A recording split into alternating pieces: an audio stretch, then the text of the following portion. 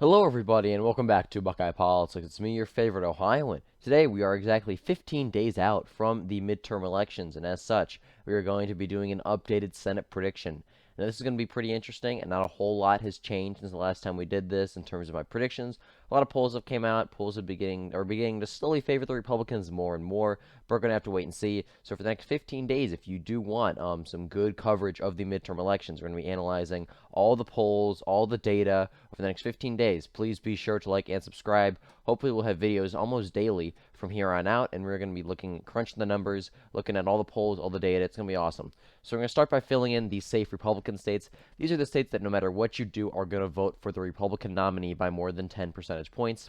They are Idaho, Utah, the Dakotas, Iowa. That race has kind of been looking like it might be a little closer than I first thought it would be. Chuck Grassley is a pretty strong incumbent, but recently the polls have been making the race seem a little iffy. So I wouldn't be lying if I said I wasn't a little bit nervous, but I do think he'll probably win by more than 10 points, but it's not going to be the 20, 30 point victories he's gotten in the past.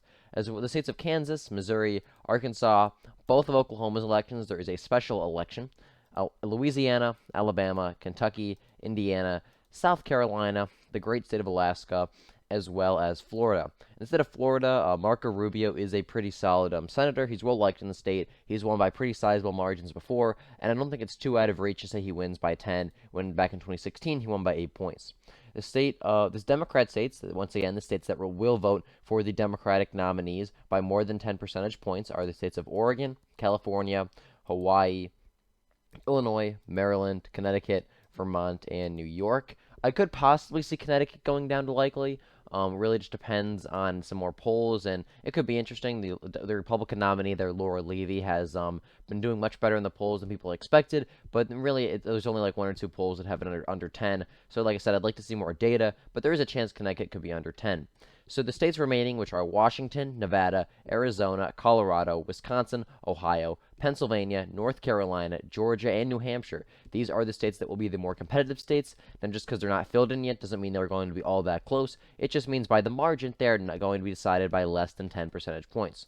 We're going to go east to west, starting in the great state of New Hampshire, and I believe that state is going to lean to the Democratic Party. Democrat incumbent Maggie Hassan is relatively popular in the state, and for a while she looked relatively vulnerable, and the Republican nominee Don Bolduc has been surging in the polls recently, but I just don't think it's there. I mean, don't get me wrong, it's certainly a winnable race, but I think as of now, Maggie Hassan has a narrow advantage. She's leading in the polls, and Don Bolduc probably wasn't the best fit for the state, but still, he's not a bad candidate, and he has been surging recently, so I think he certainly has a chance of victory.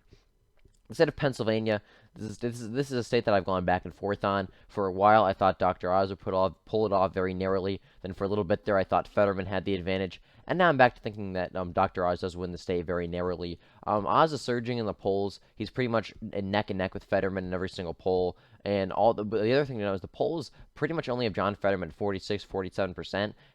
Fetterman isn't even close to 50, while Oz is surging, and Fetterman hasn't been close to 50 for a very long time. So Oz is surging, Fetterman's pretty much stagnant. I would expect a couple more polls later this week to have Oz having a narrower lead, and I expect the polls to kind of go back and forth up until Election Day, where I think Oz pulls off a very narrow victory.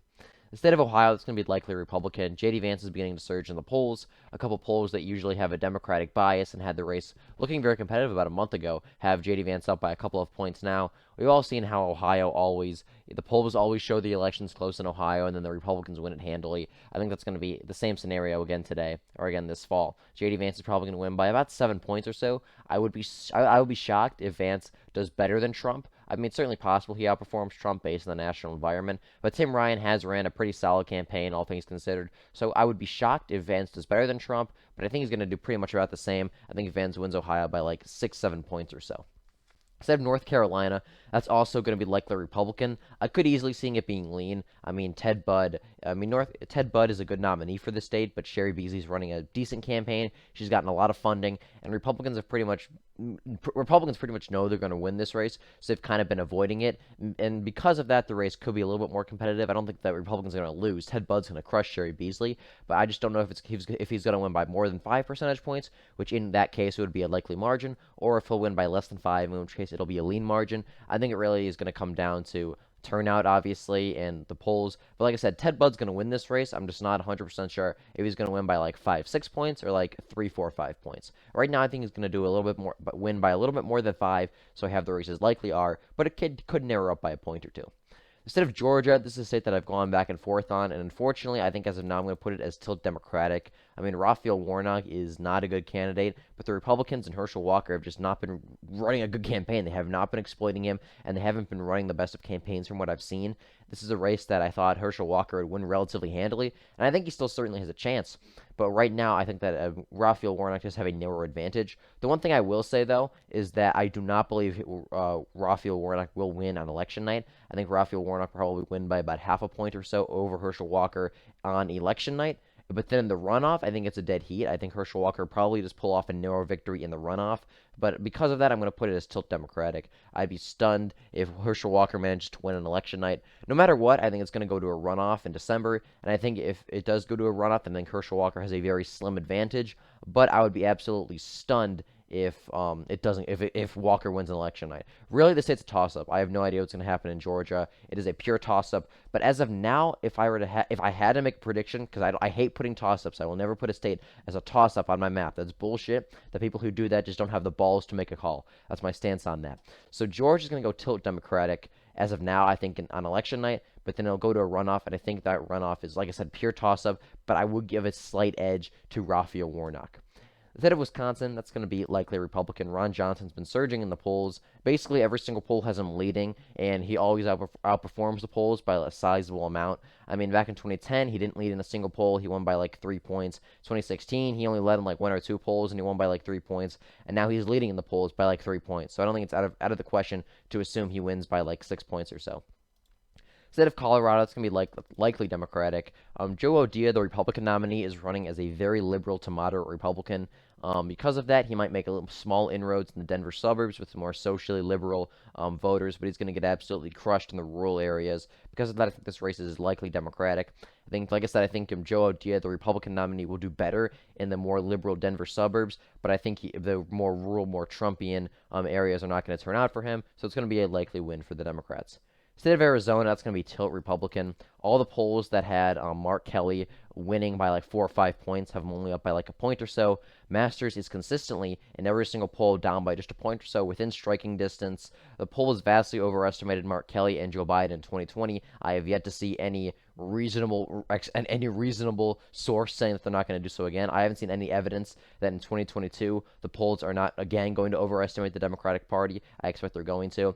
So because of that, I think that Blake Masters being only down by a point or so, when the polls are going to overestimate the Democrats being down by just 1, and when your fellow Republican Kari Lake is in the governor race winning by like 3, 4, 5 points, I have a hard time seeing Masters losing. State of Nevada, that's going to be lean Republican. Adam Laxalt's running a very good campaign. Republicans are doing very well in Clark County, that is home to Las Vegas, a traditionally more liberal county, but has been trending a little bit more Republican recently. Republicans are actually pretty much tied or leading in the early vote there, which is huge, because that's a county that, I thought the Republicans would do well in. They'd make gains in, but they wouldn't win it. So the fact that they are leading in the early vote there tells me that this is going to be a massive red wave in the state of Nevada. I think Adam Laxalt's going to win that race relatively handily. The last state is the state of Washington. That's going to be likely Democratic. Tiffany Smiley had a really good debate performance last night. I was very impressed. She put Patty Murray on her heels. But Washington is such a blue state, and the people of Seattle are just so cucked that I have a hard time seeing Tiffany Smiley winning. I think she's going to make it closer than expected, but I would be stunned if she manages to win. There's a couple polls that have this race neck and neck, but the majority of polls seem to agree that while Tiffany Smiley will make the race closer than Washington usually is, she's probably not going to be all that close to winning, and that tends to be my point of view on the race. So with that, this is my 2022 Senate prediction. As of now, I have the Republican Party at 52 seats, the Democratic Party at 48 seats, and however, I think this really depends on the state of Georgia. I think Georgia, like I said, I think that this is on election night. I think if we go to the runoff, I think that Georgia is probably going to might go Republican if it goes to a runoff, but it's just too early to tell. I do think that on election night, Raphael Warnock has the advantage. So with that, thank you for watching this video. I do hope you enjoyed, and if you did, please like and subscribe for more.